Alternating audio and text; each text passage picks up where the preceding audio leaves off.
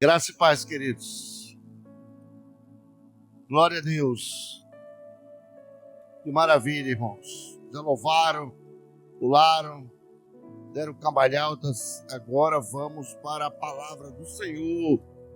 Agradecendo desde já a todos os presentes, aqueles que nos assistem em casa, onde quer que estejam. Hoje, daqui a 100 anos, 200 anos, 300 anos, mas alguém vai ouvir a nossa voz. A Bíblia diz que a palavra do Senhor, ela não volta vazia. Amém? A palavra de Deus hoje está em Atos capítulo 8. E vamos ler os versículos 32 a 35. Feche seus olhos, queridos. Vamos orar ao Senhor. Pai, em nome de Jesus, nós te damos graça, Senhor, porque o Senhor é bom e abençoador e a sua misericórdia tem nos alcançado todos os dias. Planta, Deus, essa semente em nossos corações e que ela venha dar o fruto na estação correta, Senhor. Que sejamos obreiros segundo a tua palavra, homens e mulheres que não têm do que se envergonhar e que manejam bem a tua palavra, Senhor. Ser conosco, tira toda dor, toda perseguição, toda opressão. Tira, Deus, tudo aquilo que tenta nos afastar da tua presença. E abre a nossa inteligência, meu Pai, nossa mente. Expande horizontes para que nós possamos olhar bem longe e ser conosco. É a nossa oração no nome do Senhor Jesus. Amém. Podem sentar, queridos. Eu queria falar com vocês um pouco sobre a história desse cidadão aqui. Aqui tem duas personagens bíblicas importantíssimas. Um é um diácono chamado Filipe e o outro é um eunuco da Etiópia, servo de uma rainha. A Bíblia diz que o eunuco, ele vinha voltando do culto, lendo um livro, e mais especificamente ele estava lendo a passagem de Isaías. Então o Espírito Santo guiou Filipe até aquela carruagem. O homem ia lendo, mas na carruagem dele, tranquilo. E Filipe começou a correr ao lado daquela carruagem. Portanto, ele fez uma pergunta ao eunuco: entendes o que tu lês?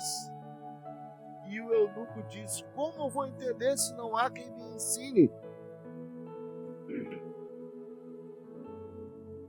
Então ele convida Filipe para subir a carruagem. Filipe sobe, e o trecho que o eunuco estava lendo é um trecho que está lá no profeta Isaías, quando o profeta diz: ele foi levado como um cordeiro ao matadouro, e diante do seu tosquiador não abriu a sua boca, não falou nada. O eunuco perguntou para Filipe: essa profecia fala do próprio profeta ou ele fala de uma outra pessoa? Olha como foi bom esse momento para que Filipe começasse um processo de evangelização.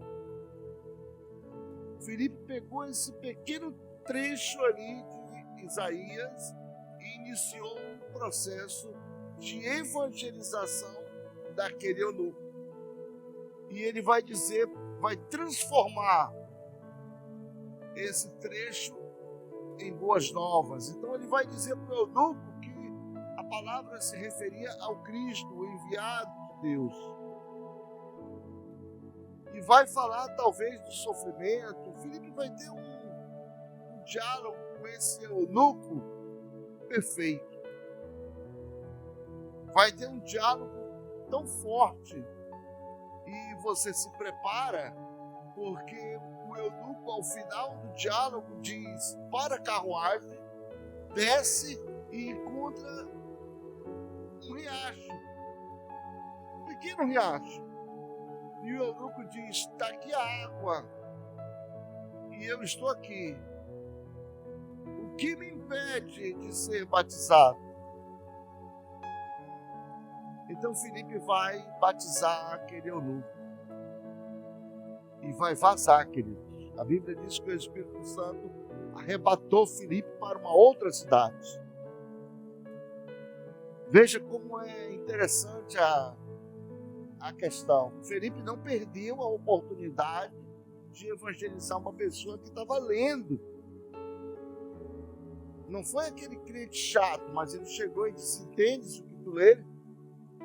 E o eunuco disse: como é que eu vou entender se não há quem me ensine, se não há quem me oriente?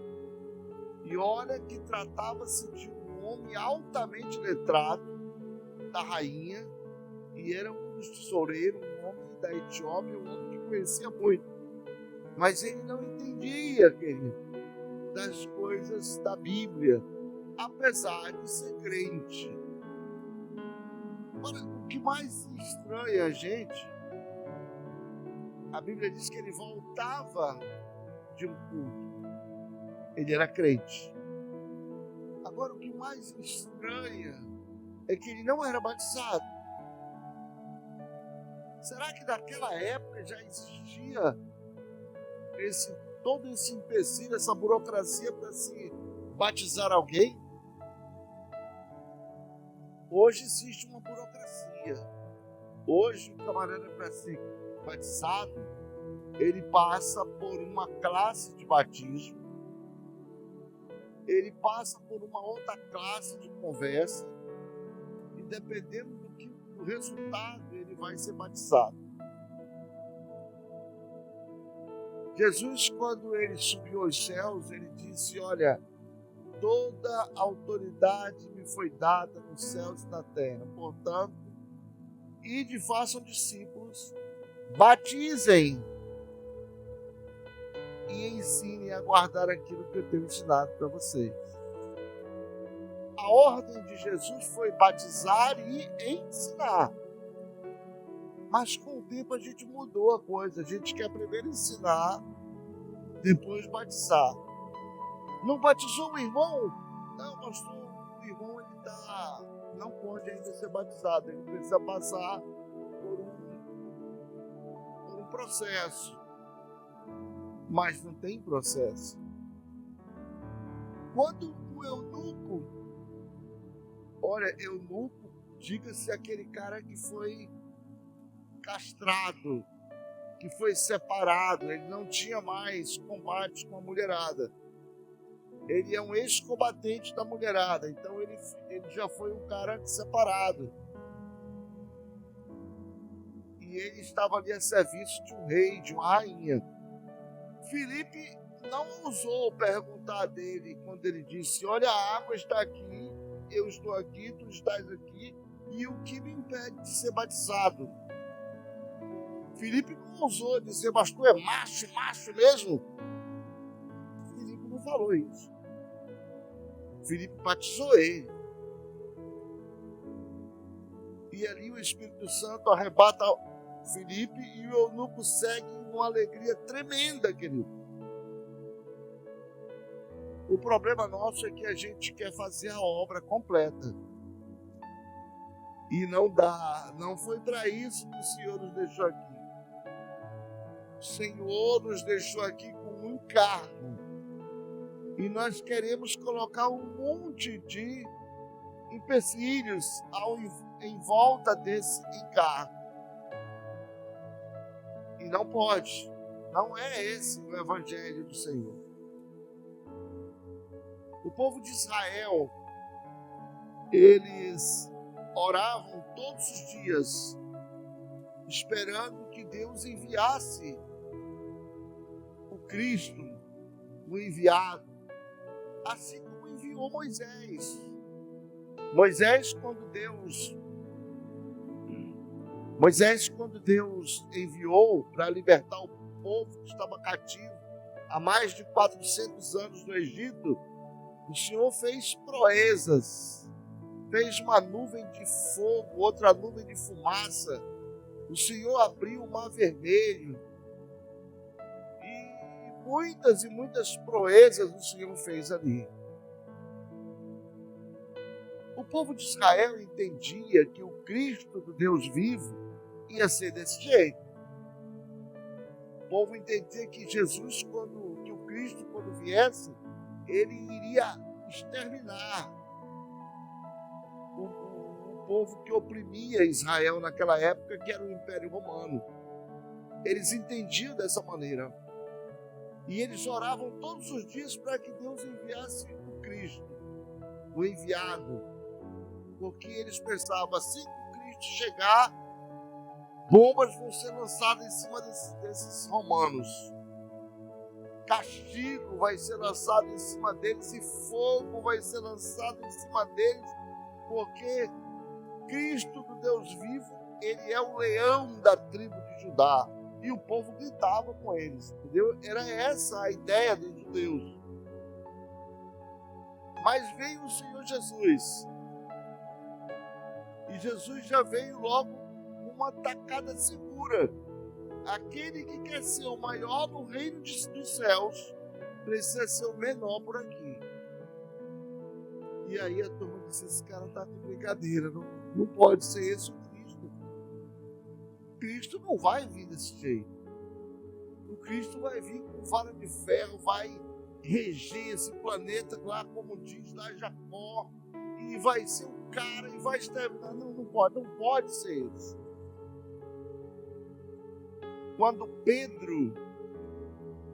Quando Jesus ele vai ser entregue aos homens para ser crucificado, para sofrer por nós, Pedro arranca a espada e de um golpe ele dá-lhe na orelha do caboclo e a orelha pula lá fora. Eu não sei se Pedro era muito bom na espada ou se ele errou a cabeça do cara e pegou na orelha. Mas foi mais ou menos isso. Jesus vai pegar a orelha do indivíduo, vai colocar no lugar e vai dizer, Pedro, não é dessa forma. O Filho do Homem não veio com esse propósito. Se fosse com esse propósito, eu orava ao Pai para que ele enviasse uma legião de anjos e exterminava tudo isso aqui. Mas não foi com esse propósito. Então Pedro vai ficar ali um pouco entristecido e o povo também ficou ali um pouco entristecido. Mas eu achava que Cristo ia até tomar esse povo. Dizem que até Judas pensava dessa maneira. Mas quando eles viram que a matemática de Deus era outra, que o Filho do Homem veio para sofrer, veio para morrer na cruz por cada um de nós, aí eles começaram a entender o que era realmente, o que é verdadeiramente o Evangelho. Não é com bomba, não é com tapa, não é com castigo, não é com fogo nas costas, não. Mas é Cristo morrendo na cruz por cada um de nós. Mas o tempo passa, queridos. 2000 anos se passaram. E a gente, nos dias de hoje, parece que esqueceu do princípio do Senhor. Parece que ele esqueceu. E o cara vem para a igreja hoje, ele é crente. E ele diz, pastor, a igreja tem muito joio dentro da igreja. E o pastor diz, mas isso é bíblico. A Bíblia diz que o joio ia crescer junto com o trigo. Pois é, pastor, nós temos determinado joio aí que só a misericórdia dá vontade de exterminar. Isso é porque você ainda não se converteu, meu. Mas o joio vai crescer junto com o trigo. Não é melhor a gente fazer uma limpeza? Não. Se eu fosse o pastor, eu fazia uma limpeza. É por isso que tu não é um pastor. Poxa, pastor, tem cada joio que, pelo amor de Deus, está atrapalhando a gente. Deus não mandou tu mexer com joio, rapaz. Esquece o joio. Deus mandou tu anunciar o evangelho. Se esse evangelho vai ser para joio, vai ser para trigo, não é problema teu. Mas o Senhor mandou tu anunciar o evangelho. Será que tu entende? Caboclo fica por ali ainda não conformado. Ele entendeu, mas ele não se conforma. E ele começa a dizer: olha, mas o irmão fulano tal, o ciclano, o beltrano. Cara, Deus não mandou tu arrancar joio e nem apontar ninguém. Deus mandou tu pregar o evangelho, anunciar a salvação, anunciar boas novas. Tu tem feito isso? Tu falou com essas pessoas sobre o assunto que tu pensa? Poxa, pastor, mas eu acho que não dá certo mais falar com esses caras. Esses caras não tem mais jeito. Tem, rapaz, tem jeito. E muito jeito.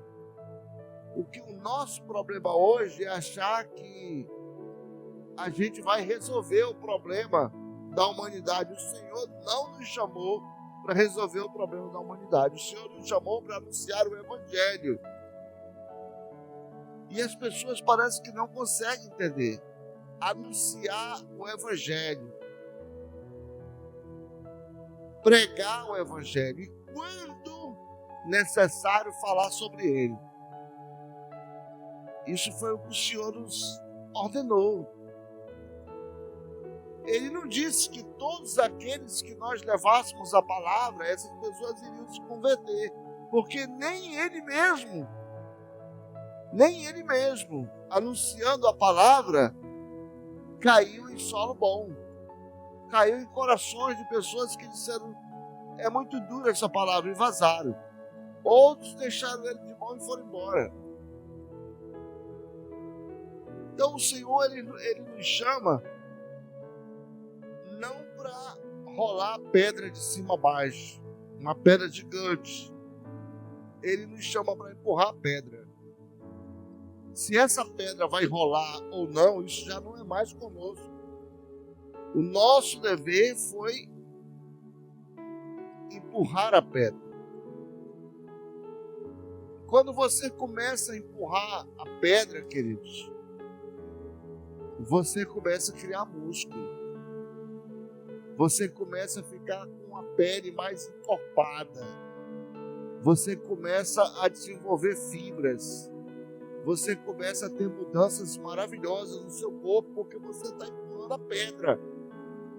Mas se você desistir, dizer: eu não vou empurrar porque eu nunca vou conseguir derrubar essa pedra lá embaixo. O problema é que Deus não disse que a pedra ia rolar até lá embaixo. Ele nos mandou empurrar a pedra. Empurrar essa pedra. E não desistir, não querer fazer outra coisa. Mas vai ter gente que vai querer botar um guindaste, outros vão querer usar um caminhão. Ele não pediu isso, ele falou: olha, vai lá e empurra essa pedra. Só isso. Vai lá e anuncia o evangelho. Mas, Senhor, eles não vão crer. Mas quem é que está te dizendo que eles vão crer? Jonas, a Bíblia diz que o Senhor mandou ele para uma cidade, ele foi para uma outra. E ali, depois que Jonas, ele viu que não tinha escapatória para ele, a baleia trouxe ele até a cidade de Nínive, e o grande peixe vomitou ele ali. Dizem que foi uma baleia, eu acho que foi um dourado grande, uma piraíba. Vomitou ele ali, e Jonas ficou muito chateado. O Senhor tem pena desse povo, tem misericórdia desse povo. Esse povo não quer nada. Olha o pensamento de Jonas: esse povo não quer nada, esse povo já foi anunciado para eles a palavra, mas eles não querem absolutamente nada. E aí Jonas vai fazer uma profecia. Daqui a 40 dias, disse Jonas, esse povo, essa cidade não subsistirá mais. Mas eu vou pregar o evangelho. E Jonas desce e vai anunciar o evangelho. E a Bíblia diz que aquela cidade recebeu a palavra de Jonas. Que até os animais fizeram jejum. O impacto foi tão grande que Jonas disse: não, isso aqui não pode estar acontecendo, isso aqui é covardia. Eu anunciei tanto esse evangelho, o povo não quis, agora eu anuncio, o povo quer.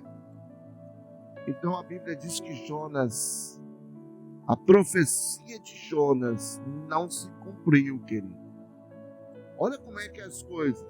A profecia de Jonas, ela não se cumpriu. E Deus perdoou aquele povo de Nínive.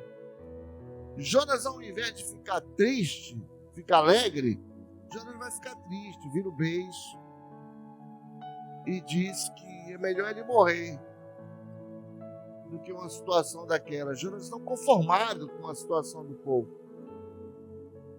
Tem gente assim, queridos. Tem gente que prega o evangelho para o cara há 20 anos. Chega uma outra pessoa lá, talvez mais carismática, talvez mais amorosa, talvez com mais intimidade com o Espírito. Ela vai lá e aquela pessoa se rende ao Senhor com muita facilidade. E o outro fica enfocado. O outro fica ali irado. Fica furioso. Conheço um pastor que ele é um pastor de movimento. Ele é encontro, pré-encontro, reencontro, monte, montanha, rio. Esses dias ele foi lá no escritório, ele está com uma nova, um novo segmento, rapaz, eu não lembro o nome. Como é que é o nome, Érico? Os Legendários. E ele estava cuspindo fogo e mastigando prego. Porque a moda, ela esfria, já pinta outro, e a coisa vai desse jeito. Muito animado, tá, os Legendários.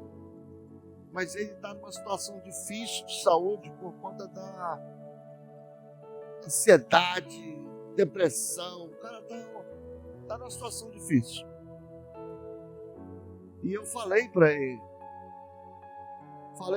sobre a igreja do cansaço, para ele meditar mais, para ele, porque isso não é evangelho.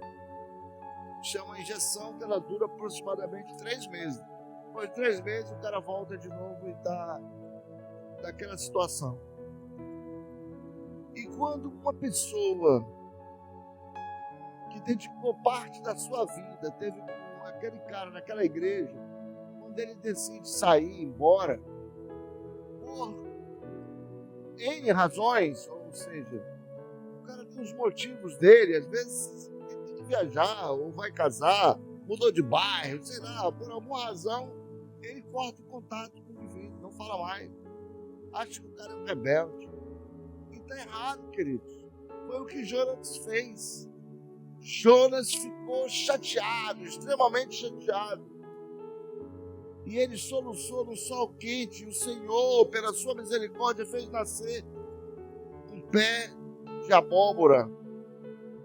E a folha da abóbora não foi rápido, não foi negócio de muito tempo, não. A abóbora cresceu rápido.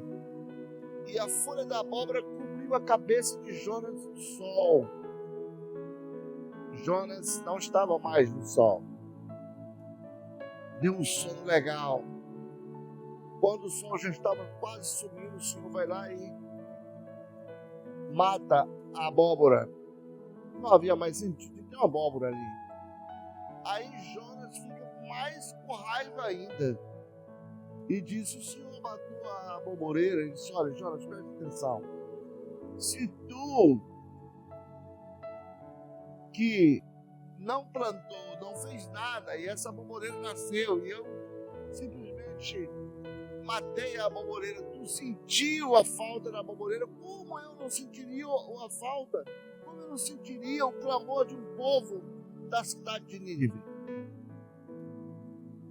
Foi como Jonas começou a cair na realidade, queridos. Mas isso aí, 3.000 anos atrás, ele continua do mesmo jeitinho hoje. Mesmo jeito hoje. cara não está atrás de Cristo, ele não está atrás de salvação, ele não está atrás de Cristo, ele está atrás de uma aventura, de uma novidade, de uma coisa light, de um povo descolado, uns caras legais, um caboclo que bate bem a bateria, toca bem baixo. Ele quer ter um entendimento, um entretenimento. Ele não está afim de seguir com Cristo.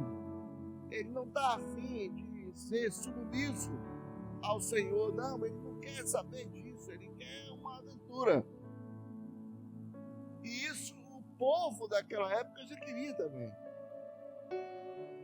Quando Jesus entra em Jerusalém montado no jumento, a turma pulou, mas no jumento, cara, tantos cavalos que tinha aí, eu imagino que alguém foi buscar um monte de cavalo, então que esse aqui o senhor vai entrar imponente, o senhor vai entrar aqui como rei, senão vocês não entenderam nada, cara. O meu reino não é desse mundo, não é dessa forma, eu não estou aqui para reinar nada. Estou aqui para trazer a palavra, para explicar para vocês que o mundo não funciona dessa maneira. E aquilo talvez tenha chocado muita gente, querido. Aquilo talvez tenha chocado uma turma muito grande de pessoas. Porque quando o Senhor, Ele nos convoca e diz, olha, a função de vocês é só uma. É lançar a semente. Ah, Senhor, mas eu lancei a semente e caiu no asfalto. O outro vai dizer, eu lancei e caiu entre os espinhos. Alguém vai dizer, eu lancei e caiu em rochedos. E talvez um diga assim, eu lancei e caiu numa terra boa. E ele vai dizer, olha, eu não quero saber onde que ela caiu. Eu pedi para vocês lançarem a semente. Vocês estão lançando essa semente? E eu tenho certeza, queridos, que um grande silêncio vai se fazer no céu igual um banquete. E todo mundo vai olhar para o outro, mas aí falando, tu tem lançado e tu ciclano, tens lançado essa semente, tem anunciado esse evangelho, tem conversado com fulano, tem visitado ciclano. E vai ficar nessa, queridos. Porque a gente acha que somos nós que vamos mudar a humanidade. Nós não vamos mudar a humanidade. A gente tem que apenas levar o evangelho todo ao homem todo. A gente não vai conseguir mudar a humanidade. Ou vocês acham que na época de Jesus não havia as injustiças, crianças mutiladas, não havia mulheres mutiladas, mulheres sofridas, homens mutilados? Vocês acham que não havia injustiça, que Roma não exterminava o povo, que o chicote ele comia 100%? Havia tudo isso, queridos. Jesus nunca foi lá e se meteu, foi para pancada com algum deles ali, não houve isso. Porque ele deixou bem claro, a nossa luta, ela não é contra a carne, não é contra sangue, mas contra principados, hortes celestiais, coisas que nós não conseguimos ver. E essa batalha no campo espiritual, ela é vencida com oração, queridos, com obediência, com submissão a Deus. Não é vencida na garganta, não é vencida no papo. Não é, não funciona desse jeito. Houve um homem chamado Natanael, que Filipe foi lá com ele e disse, eu encontrei o Cristo, o Filho de Deus vivo, Jesus de Nazaré. Então Natanael provavelmente deu uma risada, disse, pode vir alguma coisa boa de Nazaré? Ele disse, vem ver. Vem e vem, comprova com os próprios olhos. E quando Natanael se aproxima do Senhor, Jesus disse, eis aí um varão, um verdadeiro israelita, um homem em quem não há dolo, em quem não há crime. Então, Natanael provavelmente ele deu um passo para trás e disse: de onde tu me conheces? Provavelmente ele pensou: esse cara quer me levar no papo, como esses filósofos baratos da época, eles me levam. E ele não vai me levar no papo. Porque Jesus já tinha dito: eis aí o verdadeiro israelita. Significava que Natanael era um cara que conhecia muito, era um letrado. Então Jesus vai dizer para ele: antes que tu me conhecesse, eu já te via debaixo da figueira. Natanael caiu aos pés do Senhor em prantos e disse: verdadeiramente tu és o Filho de Deus. Não me pergunte o que ele estava fazendo debaixo da figueira, mas era forte, porque o homem se quebrou todinho. Então, queridos, Jesus ele nos convoca para uma missão: levar o evangelho todo ao homem todo, falar do evangelho, anunciar o evangelho. Você vai parar, vai pensar assim: meu Deus, para quem eu anunciei o evangelho essa semana? Quem é o cara que eu estou dando uma cutucada sempre nele lá, passando lá e falando do amor de Cristo na vida dele? Como é que eu estou abordando esse indivíduo? Quais são os meus argumentos? Qual é a resistência dele? E vai notando. Qual é a resistência dele? Será que eu já chamei algum dia ele em particular para a gente bater um papo? É assim, querido. Jesus, quando existe um livro que eu não vou lembrar o nome do autor, chamado A Gastronomia de Jesus, onde ele evangelizava comendo. E as grandes conversões foram em grandes almoços que Jesus participou, em meio a prostitutas, ladrões, políticos. Foi esse povo que Jesus estava lá com eles. Jesus perdoou ladrões, orientou adúlteras. Jesus conviveu com políticos, ele esteve no meio da sociedade. E a diferença é que ele falava e fazia. Mas uma coisa ficou bem clara, queridos. A ideia não é que nós tenhamos que mudar o mundo. A ideia é que nós evangelize uma pessoa. Pastor, mas isso vai fazer diferença, vai fazer uma diferença muito grande. O pregador disse: lança o teu pão sobre as águas, porque depois de muitos dias tu acharás. Lança o teu pão sobre as águas, porque depois de muitos dias tu acharás.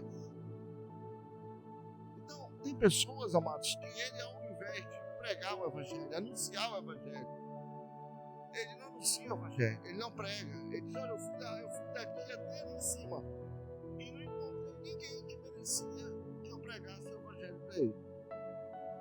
Mas quem disse que era para pregar o evangelho para aqueles que merecem? Porque se pregar o evangelho fosse por merecimento, a gente não estava aqui, porque nenhum de nós merece nada. Nós não merecemos, mas Jesus pagou esse preço por nós. O Senhor apanhou, arrancaram as barbas dele, foi pregado naquela cruz. Por nós, queridos. Quem de nós merecia? A Bíblia diz que ele procurou de cima a baixo e não encontrou um sequer. Ninguém merecia. Ninguém merecia.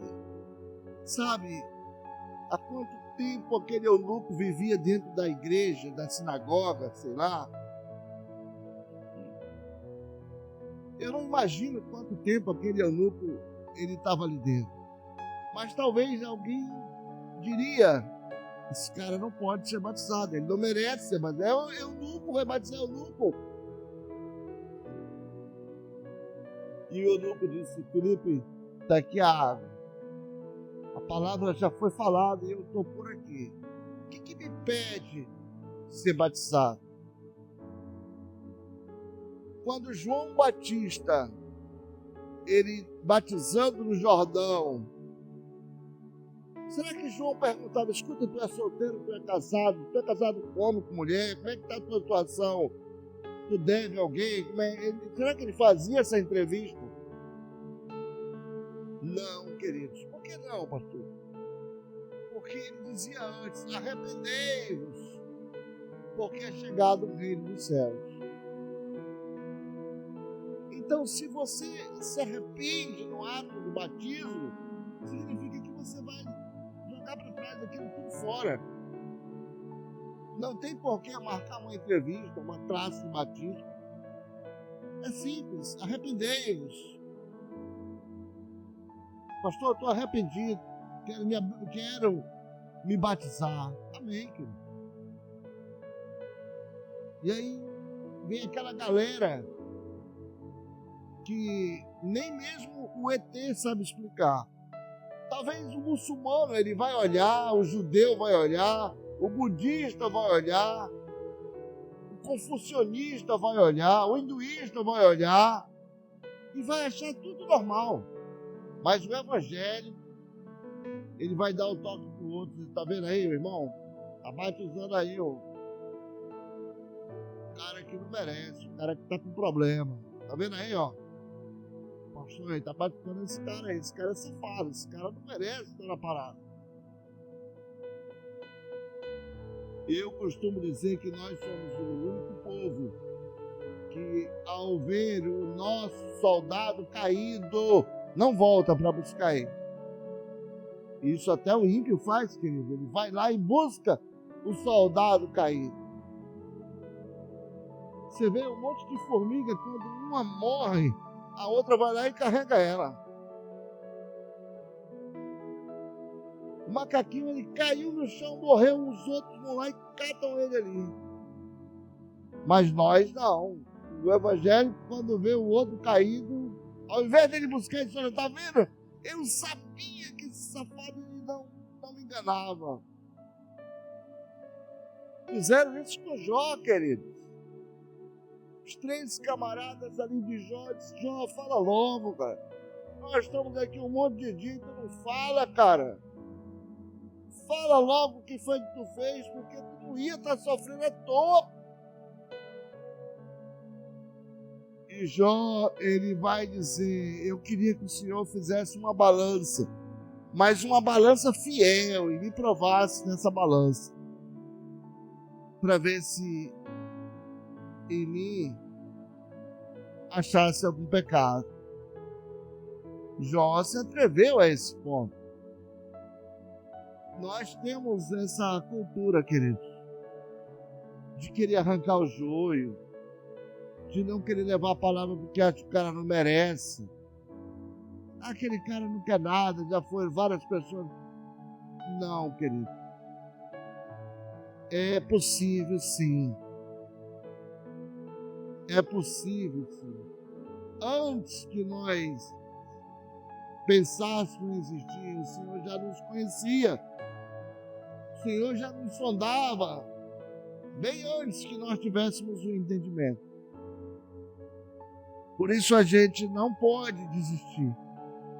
E a Bíblia vai dizer lá em Hebreus que Deus não tem prazer naqueles que retrocedem, que desistem. Não há. Ele diz: o meu espírito não se compraz naqueles que retrocedem, que voltam. Portanto, não dá para voltar. O avião, quando ele vai subir, depois que ele tira as rodas do chão, não tem como ele dizer: não, vou desistir, vou parar. Ele levantou, ou ele vai, ou ele se esborracha todinho. Por isso a gente precisa fazer uma reflexão na nossa vida. Eu preciso exercer em plenitude aquilo que o Senhor me separou para fazer, que é levar a palavra dele. Aleluia. Seja homem, mulher, onde quer que esteja aqui, domingo, sábado, segunda, conversar com ele, entender um pouco da vida dele, ser amigo dele, não ser um religioso. Religioso não, religioso pode arrancar o trigo. Religioso pode imputar uma culpa, pode colocar uma carga pesada na mente do indivíduo. E não é isso que Jesus quer. O que Ele quer é que nós levemos a palavra dele. E a obra, quem faz é o Espírito Santo, querido. O Espírito Santo é que faz a obra, ele que convence o homem do pecado, da justiça e do juízo. Deus tenha misericórdia de nós e que possa nos despertar cada dia mais. Que possa virar o seu rosto sobre nós e nos dê a paz, em nome do Senhor Jesus. Amém, Senhor.